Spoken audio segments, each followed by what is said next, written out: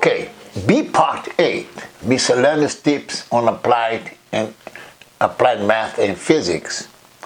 Lecture 3, another example, numerical example about tangent vector space.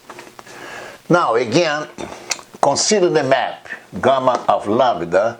This is a figure here, minus epsilon to plus epsilon. This is point A, point B. Attention, you see, all these points here, they are labels. They belong to the manifold. Okay, that's important issue. Now, the points displayed on the curve gamma of lambda belong, this case, to the manifold, the labels. But point P is the point that belongs to the manifold and the tangent vector space. You see, P is a special point. Now, to obtain the tangent, this case, okay, the tangent vector space at P, we can obtain several tangent vector spaces on each of these points. Okay, that's what we call a tangent bundle.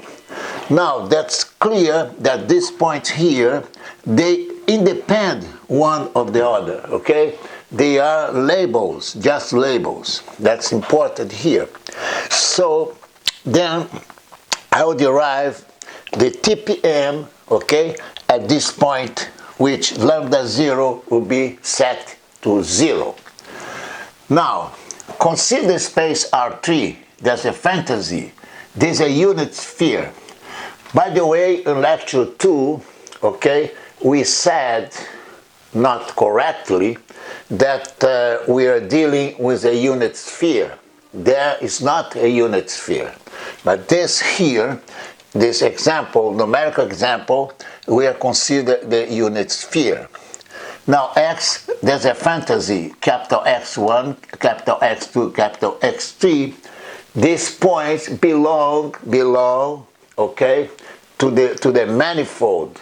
And also, when lambda is equal 0, this point here will belong to this case on the tangent vector space. That's important. Now, X1, X2, and X3, you see, if you set, okay, x1 squared plus x2 squared plus x3 squared, this is equal to 1 because this is a unit radius. So there's a point P belongs to MET. Attention now, N belongs to TPM. As I said here clearly, P is the point that only belongs to both the manifold and TPM. Now let's set theta is equal to pi over 3, phi pi over 4.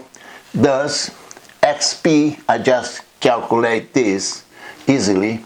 Then I get, in this case, square root of 6 by 4, square root of 2 by 4, and square root of 2 divided by 2.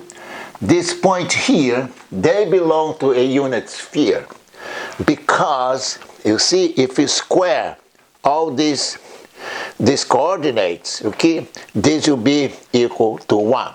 Just easy computation, that's it. Okay, so this point over here, they belongs to the unit sphere. Now, observe that a curve gamma of lambda could be, for instance, this one, okay?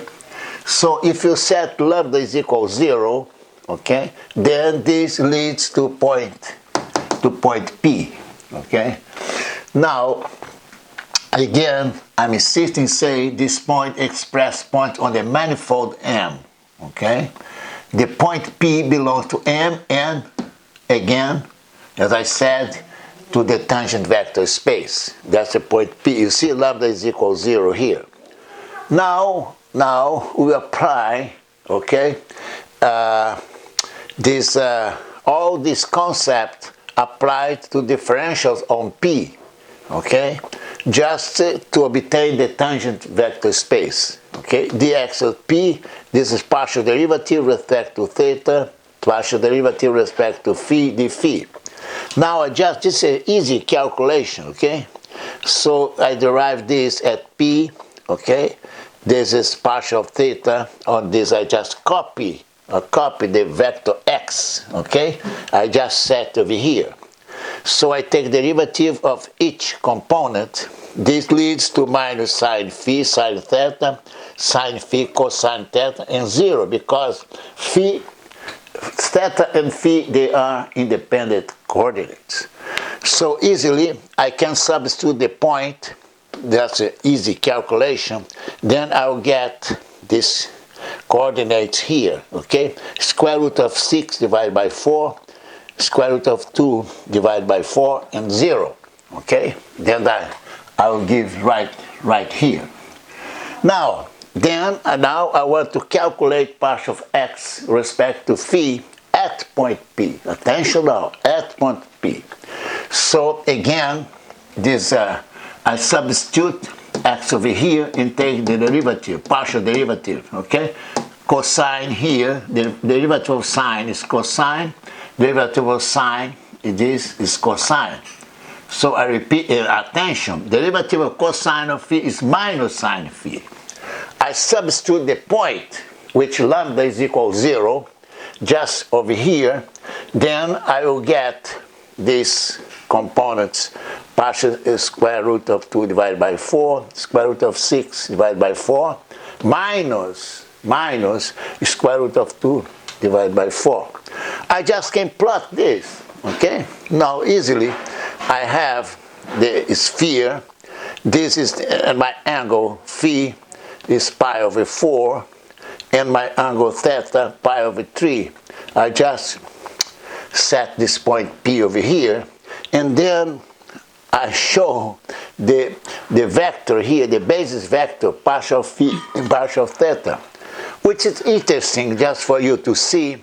See, if I project partial theta, okay, on this x over here, partial theta is parallel, okay, to x1 and x2. So its components, okay, it will be 0 over here, you see.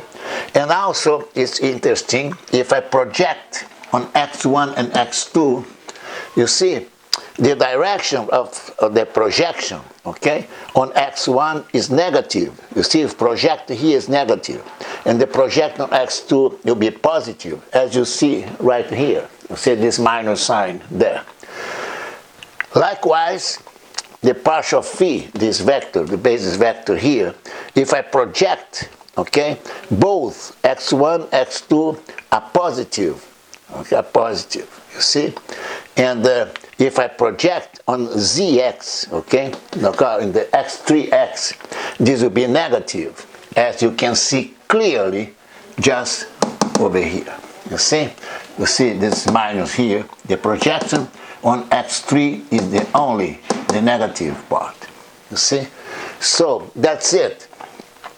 Next lecture, okay, we will derive, okay, that's a very, very important concept, okay, about the tangent vector space, okay, because this here, this is called covariant, okay, coordinates. They is important because you can span all the tangent plane, okay, using this as a basis vector, okay, as you see on the next lecture.